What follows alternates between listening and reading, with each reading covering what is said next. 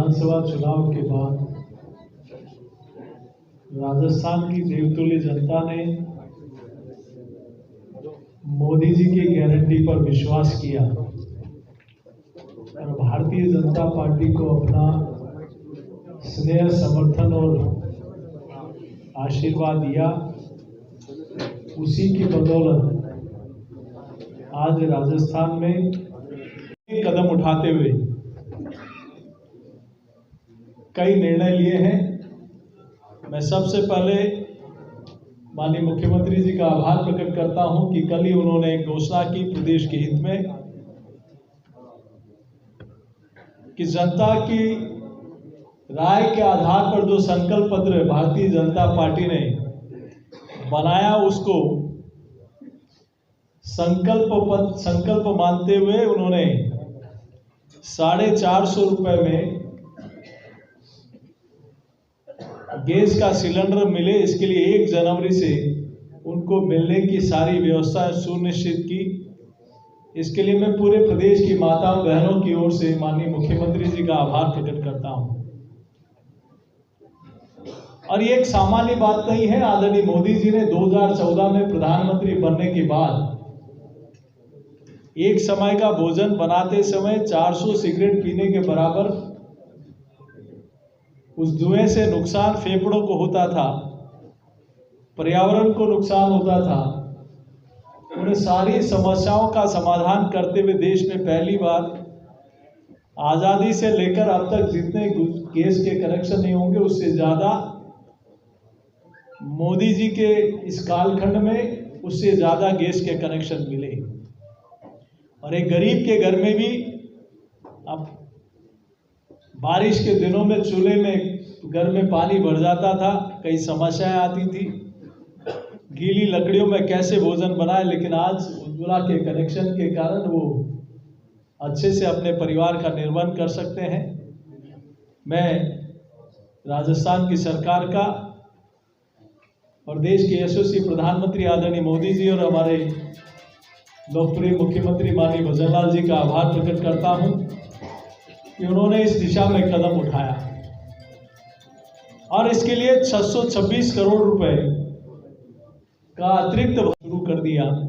राजस्थान में 70 लाख से अधिक महिलाओं को उज्ज्वला के इस योजना का लाभ मिला है। निश्चित रूप से इस योजना से उनको एक बहुत बड़ा संबल मिलेगा। मुख्यमंत्री जी ने, भारतीय जनता पार्टी ने एक घोषणा पत्र में स्पष्ट कहा था कि पेपर लीक जिन लोगों ने भी किया है, जो भी इसके पीछे थे, चाहे कितने ही बड़े कितने ही प्रभावशाली व्यक्ति हों, जिन्होंने राजस्थान के युवाओं के भविष्य के साथ खिलवाड़ किया, ऐसे लोगों को कठोर सजा मिलनी चाहिए। और मुख्यमंत्री जी ने इसके लिए SIT का गठन कर दिया और SIT के गठन के बाद इस SIT ने इस दिशा में अपनी कार्रवाई को तीव्र कर दिया। और मैं सोचता हूं जो भी लोग हैं, चाहे कितने ही प्रभावशाली हों, जिन्होंने राजस्थान के युवाओं के भविष्य के साथ खिलवाड़ किया, ऐसे लोगों के खिलाफ सख्त कार्रवाई हो, इस दिशा में माननीय मुख्यमंत्री जी ने कदम उठाया है। पिछली सरकार में अपराध का तांडव पूरे प्रदेश में था और मुख्यमंत्री जी ने जो संगठित अपराध है, गैंग वॉर, इसकी रोकथाम के लिए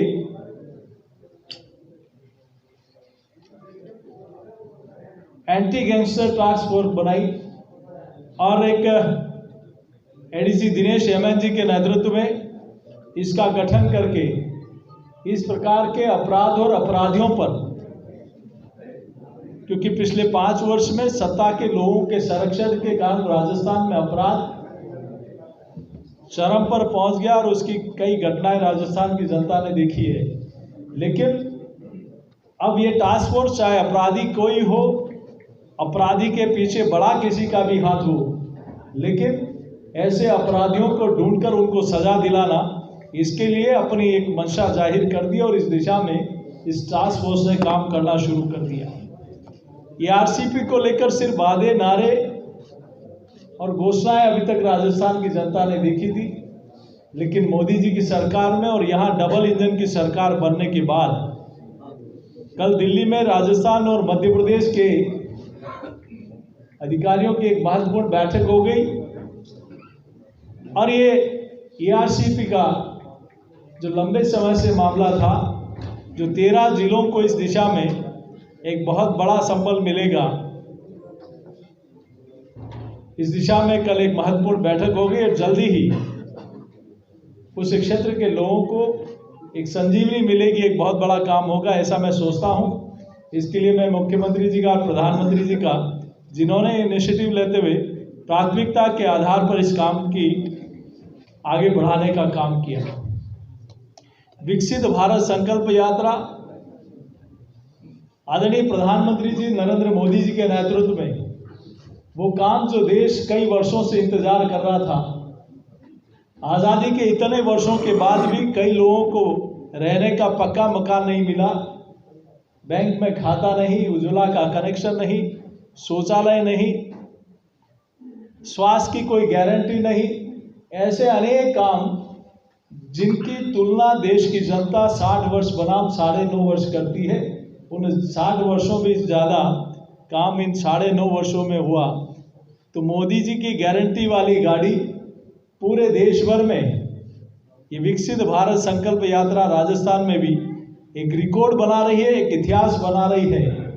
मैं सोचता हूँ संकल्प यात्रा के शिविरों में 1,03,000 से अधिक किसान क्रेडिट कार्ड का लाभ पहुंचाया गया और इन शिविरों के माध्यम से ये पहला राज्य होगा राजस्थान जहां इस संख्या तक पहुंचने का काम हुआ।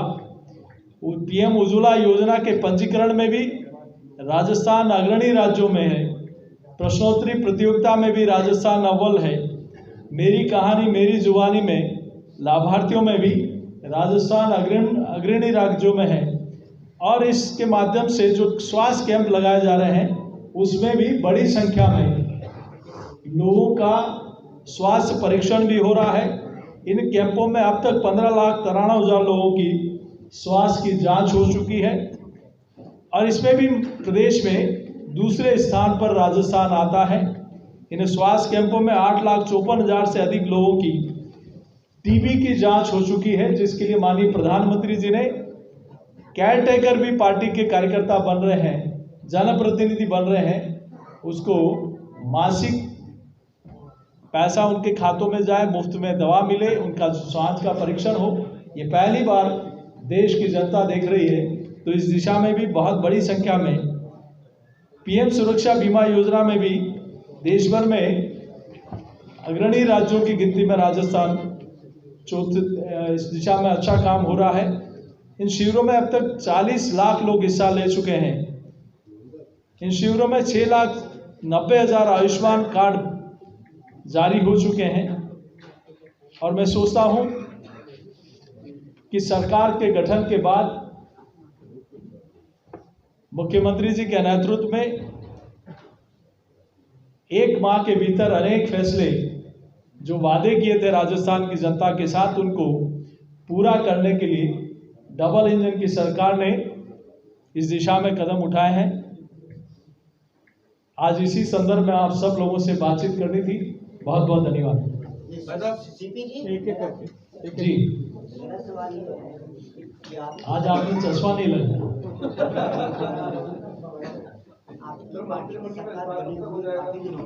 बार-बार ये मुद्दा उठा रहे हैं कि अभी तक मंत्रिमंडल की गठन तक नहीं कर पाए, तो जनता को कहां से सहूलियत दे पाए? आज मैंने जो फैसले बताए हैं, एक वो सरकार थी जो 4.5 वर्ष तक कुर्सी बचाने और भ्रष्टाचार करने में लगी रही। दूसरी तरफ डबल इंजन की सरकार है जिन्होंने कुछ ही दिनों में जो संकल्प जनता के साथ किया था, जो वादे किए थे, उनको पूरा करने के लिए कई कदम उठाए और उस दिशा में बड़ा काम किया है। तो मैं सोचता हूं माननीय मुख्यमंत्री जी ने प्रदेश, जैसा मैंने कहा कि प्रगतिशील राजस्थान हो, इस दिशा में अनेक कदम उठाए हैं और जैसा आपने कहा है उस दिशा में जल्दी आपको सूचना मिलेगी। सर, कांग्रेस की एक रैली चल रही है नागपुर में, महारैली है, राहुल गांधी की भी यात्रा जो है शुरू होने वाली है। लोकसभा की तैयारी जो है कांग्रेस कह रही है, राहुल गांधी का स्टेटमेंट क्या है? पावर की लड़ाई नहीं है, आइडियोलॉजी की लड़ाई है देश में जो चल रही है, कैसे देखते हैं आप? राहुल गांधी जी पता नहीं कौन सी आइडियोलॉजी की, मेरे भी समझ में नहीं आया। लेकिन जिन लोगों ने इस देश को तोड़ा है, जिन लोगों ने प्रधानमंत्री की कुर्सी के लिए भारत माता के टुकड़े करा दिए, जिन लोगों ने धारा 370 जब हट रही थी तब किस प्रकार से विरोध देश और संसद के अंदर कर रहे थे, जिन लोगों ने देश में जब भी राष्ट्र हित में कोई निर्णय हुआ, चाहे 3 तलाक का हो, धारा 370 का हो, चाहे राम मंदिर का हो, जिन लोगों ने हमेशा विरोध किया, उनकी कौन सी विचारधारा है, उनको स्पष्ट रूप से देश के सामने रखना चाहिए। मंत्रिमंडल के गठन में क्या पेच फंसा हुआ है सर? रिकॉर्ड बन गया सर, रिकॉर्ड। कोई पेच नहीं फंसा, इसकी जल्दी सूचना होगी और आपके साक्षी में जल्द काम होगा। धन्यवाद। अजय जी, बोलिए लाल सिंह जी।